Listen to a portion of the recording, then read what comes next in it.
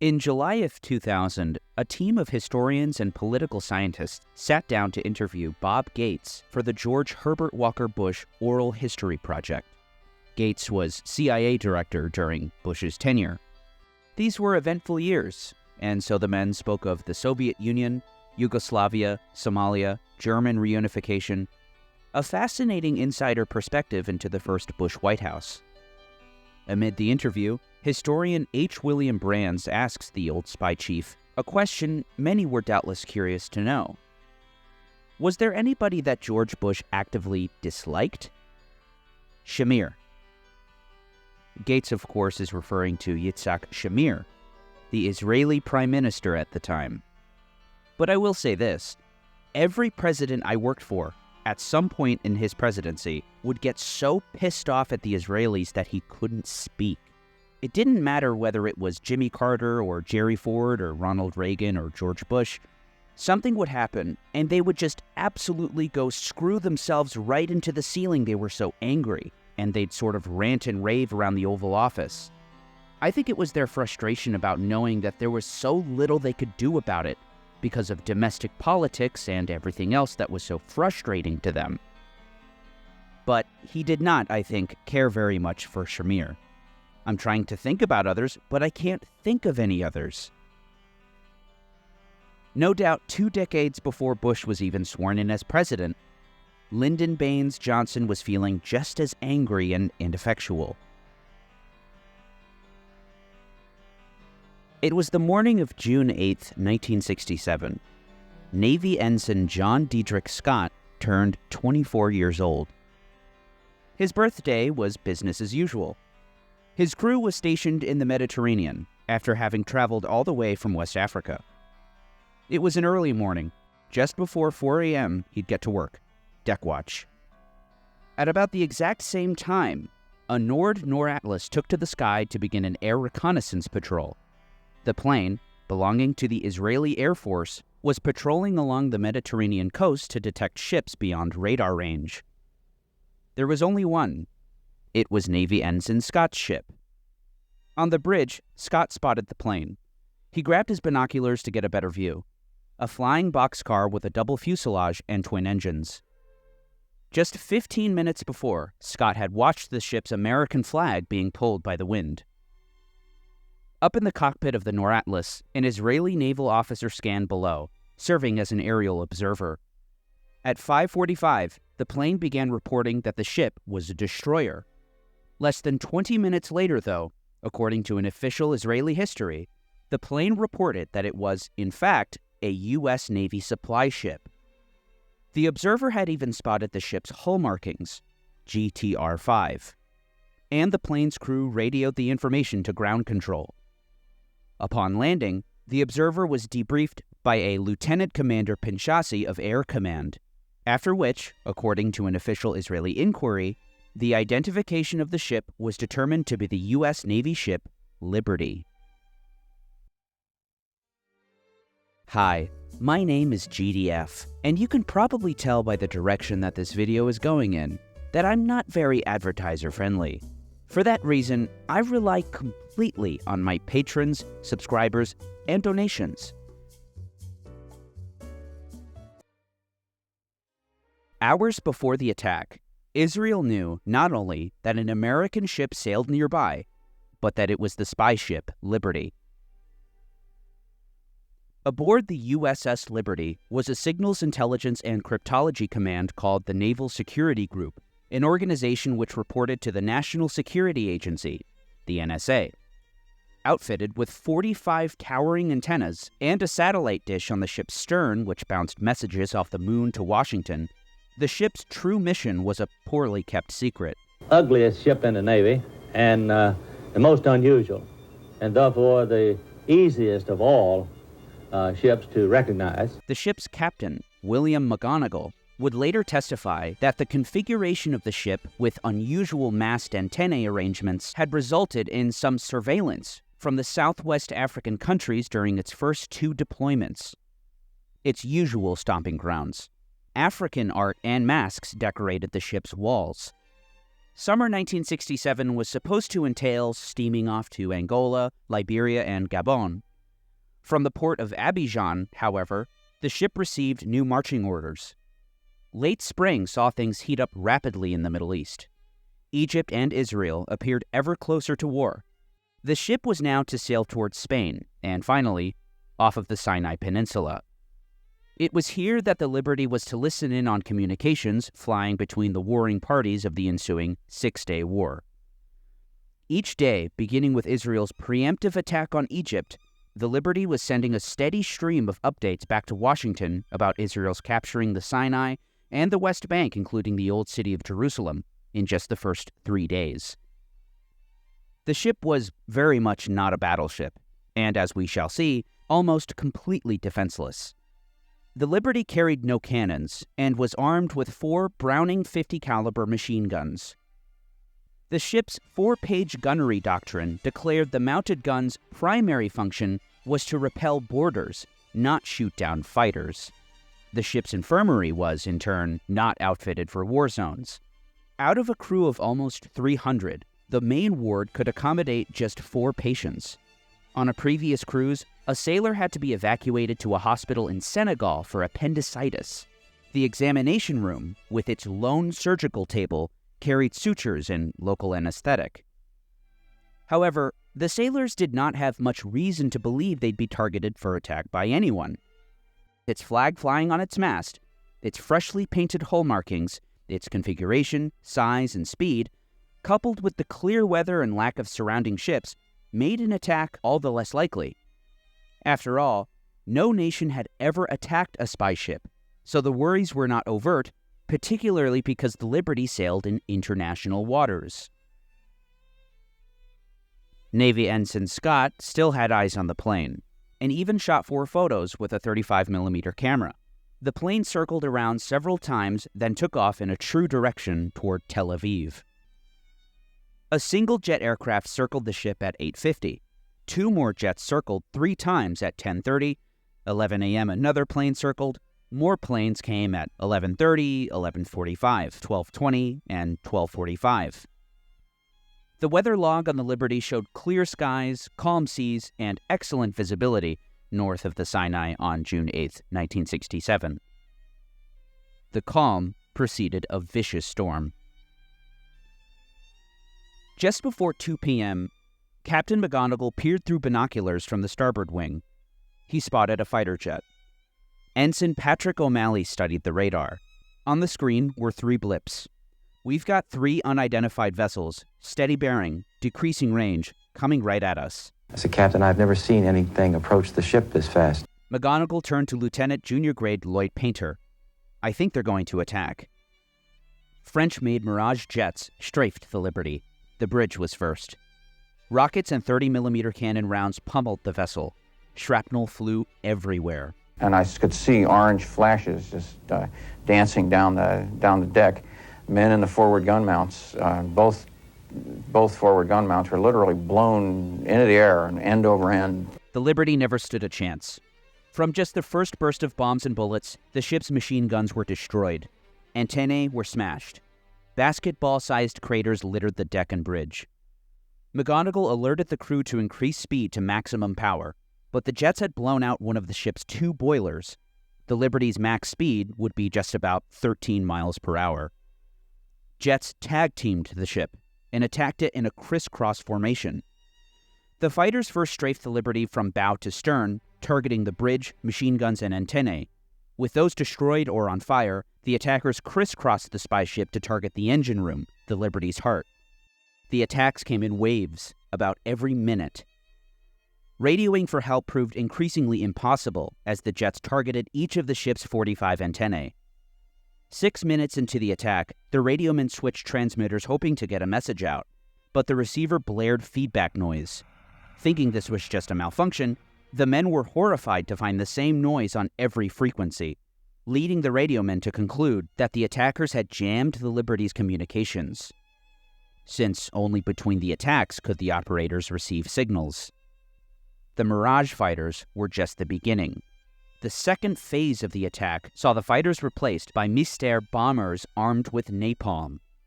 Burning at 3,000 degrees, the explosion sent smoke barreling through the bridge. Bits of flaming jelly charred walls and blistered paint. Fuel barrels caught fire and sent more smoke in the air. After unloading their payloads, the bombers too vanished. There was now another calm in the skies, though not aboard the Liberty, whose deck was strewn with dead and dying. But still, the worst was yet to come, as those 3 blips on the radar screen still hadn't arrived yet. The torpedo boats that happened to have been the 3 blips that I had seen on the radar scope had reached us and were now firing armor-piercing bullets through the ship. McGonigal again pulled up his binoculars and saw, some 15 miles off the starboard side, 3 torpedo boats coming straight toward him. The skipper ordered new men to replace the dead ones at the 50 cals, and a new American flag raised to replace the one knocked down by the jets. They grabbed the largest one they had, 7 by 13 feet, and pulled it up the mast at 2:26 p.m. Up until now, the ship's crew had no idea who was even attacking them. Egyptians? Soviets? I saw what appeared to me to be an Israeli flag on one of the boats. No doubt McGonigal was stunned to find, as the torpedo boats approached some 2,000 yards away, a blue and white flag with a Star of David in the center. The boats then opened fire. Along with 50 cals of their own, the ships also possessed 20 and 40 millimeter cannons. These weapons, of course, were designed to create a distraction as their gunners manually aimed torpedoes at the Liberty. Nearly 300 sailors now prepared for the unthinkable. Not since the waning days of World War II, and before many of the Liberty's crew members were even born, had another nation torpedoed an American ship. At 2:34 p.m., McGonigal watched a torpedo gliding underneath the water, which flew past the Liberty's stern by 25 yards, but the Israeli boats had fired 5. At 2:35 p.m., the Liberty was lifted out of the water and sloshed back down. The power was out, all the generators and even the steering had failed. A single torpedo had slammed directly into the ship's starboard side, blasting a hole 39 feet wide and 24 feet tall. Water cascaded into the ship. Oil, classified documents, keycards, and bodies poured out into the sea. 25 sailors were killed by the explosion. If not during the 8 reconnaissance flights over the Liberty, then certainly amid the attack from the fighter jets and bombers, the Liberty was identified for what it was, according to Lieutenant Colonel Shmuel Kislev, then Israel's chief air controller at General Headquarters in Tel Aviv. The Air Force stops all operations and says, all our aircraft, all our attack aircraft, please stop. I must say that at that point in time, in my mind, it was an American ship. You thought it was an American I was quite certain it was an American ship. More than 20 minutes before the fatal torpedo strike that killed 25 sailors, Israel's chief air controller conclusively identified the Liberty as an American ship. Navy Ensign John Scott, preempting another torpedo blast, instructed his men to grab life preservers and prepare to abandon ship. The men dropped several life rafts overboard, but Lieutenant Painter watched in horror as one of the torpedo boats zoomed past and machine-gunned the rubber rafts. The torpedo boats continued to rain shells and armor-piercing .50 caliber rounds at the ship. Finally, the firing stopped. One of the torpedo boats approached to about 500 yards away from the Liberty. At this point, the Liberty's crew were using a lamp to signal U.S. naval ship. Bizarrely, the torpedo boat signaled back, "Do you need help?" "No," they replied. "Do you want us to stand by?" "No, thank you," they replied, followed by the last communication from the Israeli vessel. "Good luck." It was still morning in Washington. At 11:04 a.m., President Johnson left his White House residence. He had just learned what happened. He stopped at the Oval Office and then made his way into the Situation Room, where he was greeted by Defense Secretary Robert McNamara, Secretary of State Dean Rusk, Walt Rostow, the National Security Advisor. Also joining them was Clark Clifford, chairman of the President's Foreign Intelligence Advisory Board. "We were baffled," Clifford later wrote in his memoir, Counsel to the President. "From the beginning, there was skepticism and disbelief about the Israeli version of events. We had enormous respect for Israeli intelligence, and it was difficult to believe the Liberty had been attacked by mistake. Every conceivable theory was advanced that morning. it became clear that from the sketchy information available, we could not figure out what had happened. Despite doubts in the Johnson administration, and as we shall see, from Johnson himself, Congress was either completely silent or came to Israel's defense. As the Liberty crew was clinging to life, turning their mess hall into a makeshift emergency room, plugging hundreds of shell holes to keep the tilting ship from flooding, and counting 34 dead sailors, Jacob Javits took to the Senate floor. The government of Israel has already stated that this was an erroneous attack by Israel's forces. The government of Israel has apologized. I am sure that it will do everything that one would expect by way of compensation and other appropriate measures, said the senator from New York. Senator Frank Laushi of Ohio, a member of the Senate Committee on Foreign Relations, praised Israel for its great valor during the war, calling it heroism unequaled. Regarding the Liberty, extreme caution should be exercised by the United States so that there will not be reimposed upon the Israel nation conditions on U.S. aid. Abraham Ribicoff, senator from Connecticut, spoke solemnly of the tragic loss of life on board the U.S.S. Liberty, the subject of armed attack, but not before gushing, with dedication, courage, and heart, the Israeli people have fought a remarkable fight. The senator from New York, none other than Bobby Kennedy, named the perpetrator, to his credit, the tragic mistake of today when Israel's forces attacked a U.S. ship must alert us all, if further alert were needed, to the danger of the world we live in, but not before lauding Israel. Throughout this country and all over the world, men are moved and impressed by the bravery of Israel's people for the last 4 days, as for the 20 years before.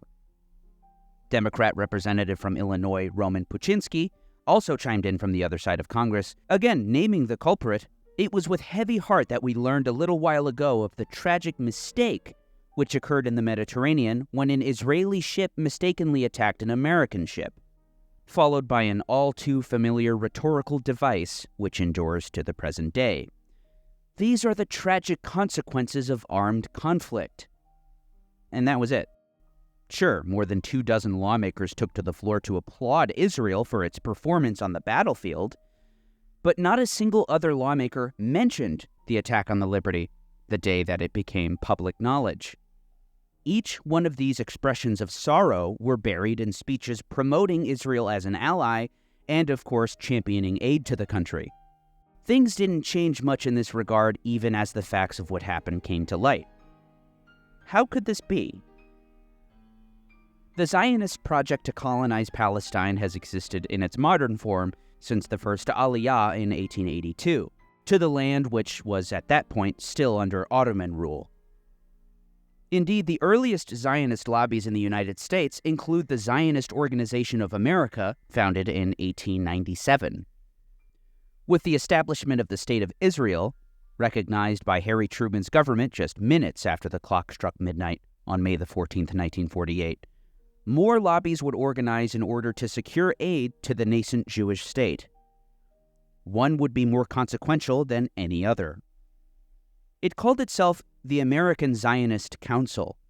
Its frontman in Washington, Isaiah Kennan, was previously the public relations official for the American branch of the Jewish Agency for Israel, formerly the Jewish Agency for Palestine.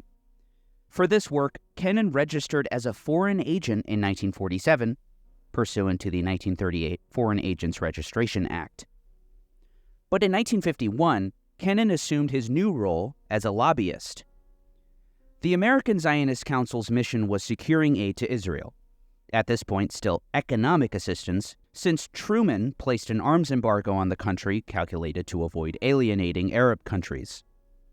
Their first success came with the Mutual Security Act, the successor to the Marshall Plan that allotted tens of millions of dollars in aid to Israel, among other countries.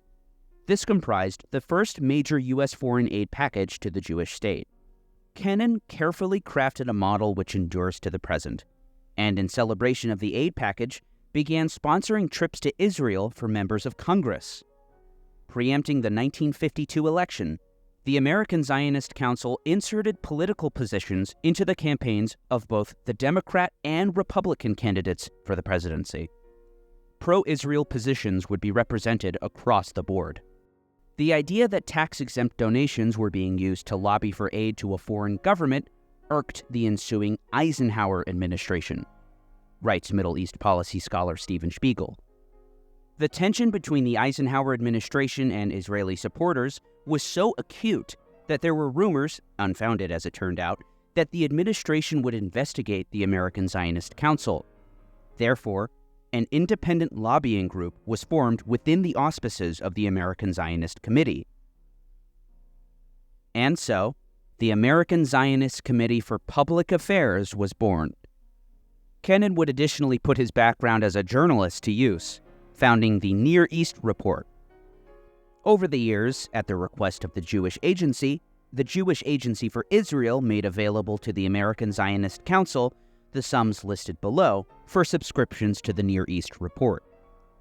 The weekly editorial would be sent to, ultimately, every single member of Congress. Money poured into the AZC coffers, courtesy of the Jewish Agency.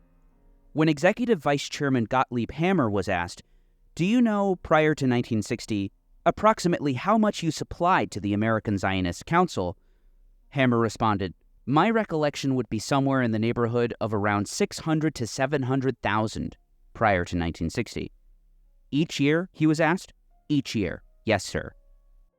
The new decade would constitute a new era for the organization, especially for its lobbying arm, who, in 1959, would send a letter to the office of the Secretary of the U.S. Senate. This is to advise you that the American Zionist Committee for Public Affairs, which is registered with you, has changed its name to the American Israel Public Affairs Committee." At daybreak on June 9th, deck crews began cleaning up the wreckage of the U.S.S. Liberty, all that remained but the bodies, which were being stored in freezers and air-conditioned rooms. With hoses, they washed blood, flesh, and bone off the deck. Sailors even discovered a shoe with a foot still inside. Just 2 days after the attack, the Naval Court of Inquiry investigating the event convened in London. Admiral John McCain, Jr., Navy commander for Europe and the Middle East, appointed Rear Admiral Isaac Kidd, Jr. to lead the inquiry. And Kidd chose Captain Ward Boston as chief counsel. My name is Ward Boston, Jr. I'm a retired Navy captain, United States Navy. I was the counsel to the Court of Inquiry that was appointed by Admiral McCain as a result of the Israelis shooting up the U.S.S. Liberty on 8 June 1967. Their report was completed by the end of the month. Among their findings, the ship was hit by more than 821 shells and rockets, many of them incendiary. Notably, from the time of the first air attack onward, attackers were well-coordinated, accurate, and determined. Criss-crossing rocket and machine gun runs from both bows, both beams, and quarters effectively chewed up entire topside, including ship control and internal communications. Well-directed initial air attacks had wiped out the ability of the 450 caliber machine guns to be effective. As for the torpedo boats which followed the jets, PT attack first developed from starboard side and was identified as a high-speed run-in. And very shortly thereafter, the commanding officer identified the Star of David flag on this lead boat. The inquiry addressed a number of Israeli explanations for what they maintained was an accidental attack on the Liberty. Namely, the claim that the Israelis had mistaken the Liberty for the Egyptian El Qudsr, which they say was sailing in the vicinity of a shell bombardment on the Sinai. Navy investigators called this resemblance highly superficial, saying El Qudsr is less than half the size and lacks the elaborate antenna array and distinctive hull markings of Liberty. The location of the superstructure island, a primary recognition feature of merchant-type ships, is widely different.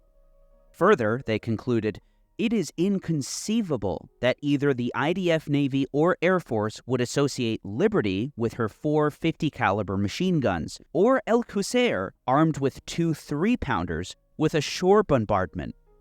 Of course, the Israeli claim that the Liberty flew no flag was roundly contradicted by each witness, including Ensign David Lucas, Lieutenant Junior Grade Lloyd Painter, Ensign John Scott, who we'll remember was up at dawn for deck watch, Lieutenant George Golden, RMC Wayne Smith, and of course, none other than the captain, McGonigal himself, Despite these findings, the report concluded that available evidence combines to indicate the attack on Liberty on June 8th was in fact a case of mistaken identity.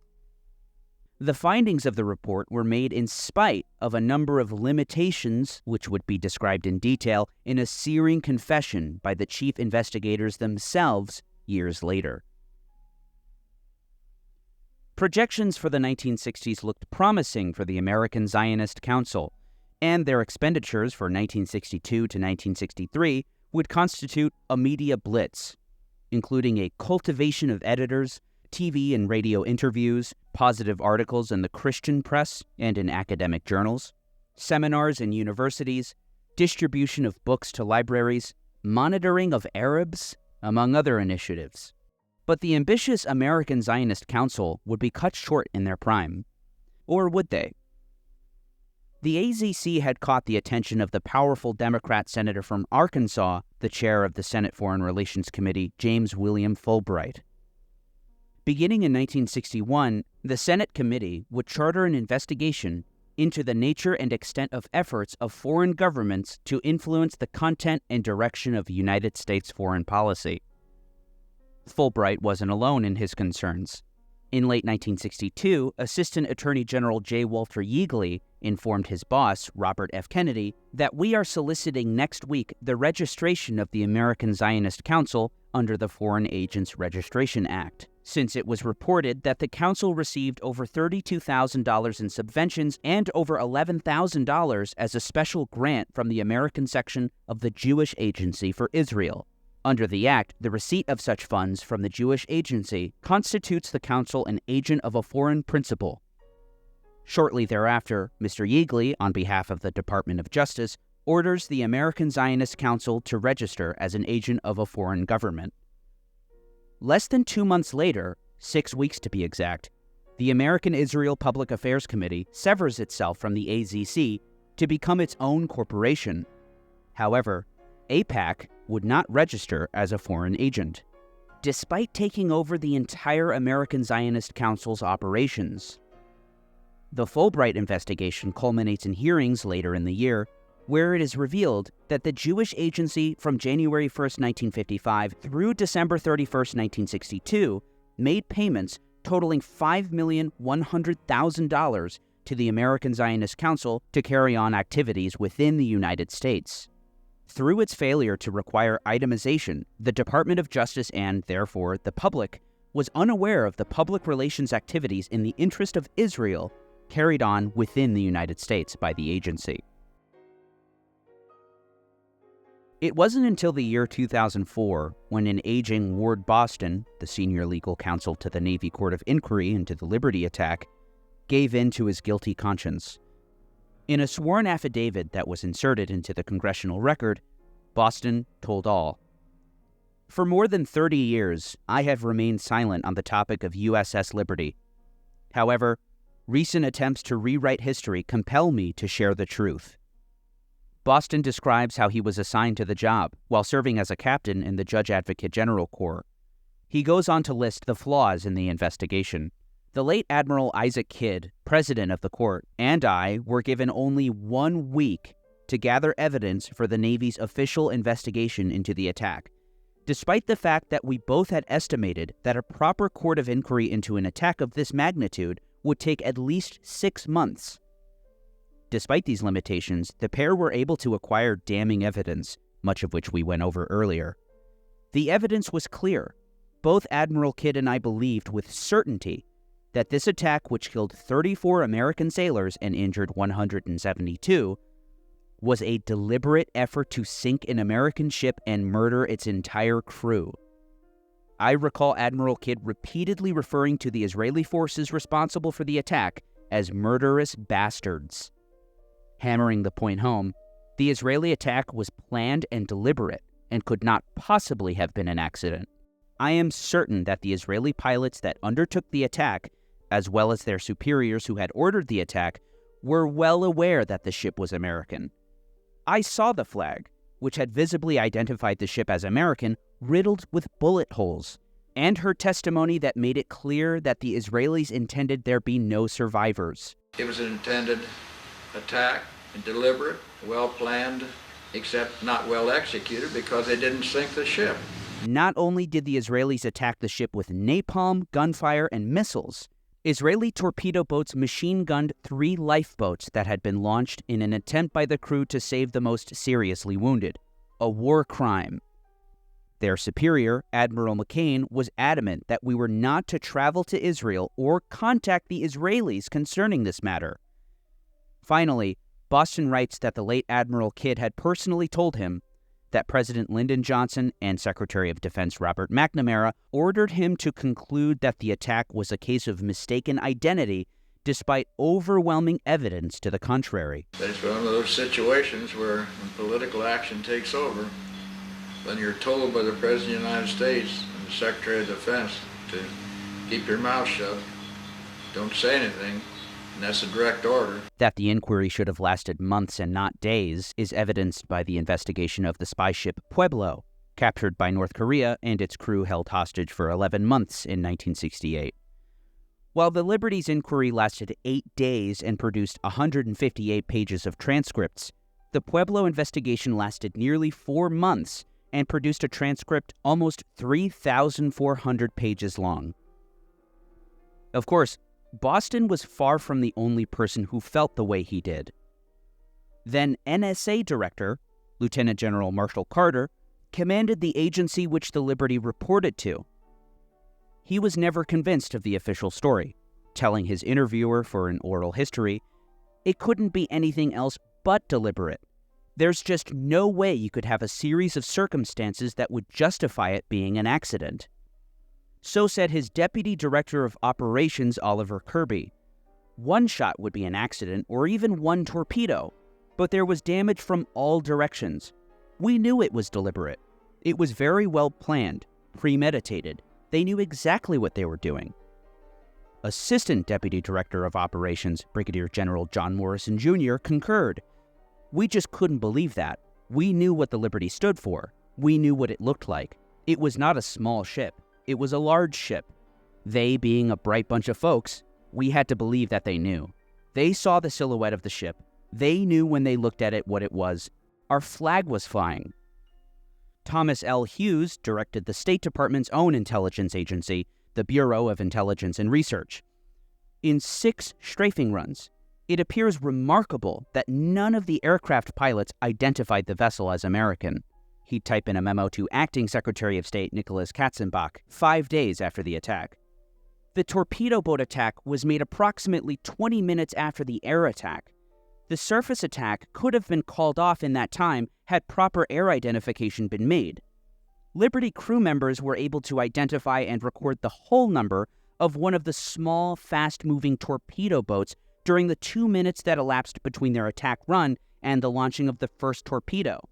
But the Israeli boat commanders apparently failed to identify the much larger and more easily identifiable Liberty at 11,000 tons, 455 feet long, large identification numbers on hull.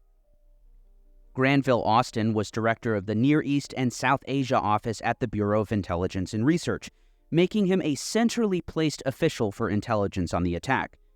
Everybody knew it wasn't an accident. They knew damn well what it was. That it was an accident, of course, was nonsense. At CIA as well, doubts persisted and permeated through the highest levels. An official CIA history of Director Richard Helms's tenure, which included the attack on the Liberty, reads, "Although Israeli authorities in Tel Aviv immediately apologized for the grievous accident, many informed Americans soon came to believe that the assault had been anything but accidental. CIA initially resisted this judgment, but the cumulative weight of the evidence rapidly undermined this position." The CIA history also quotes then Deputy CIA Director Vice Admiral Rufus Taylor in a letter to Director Helms.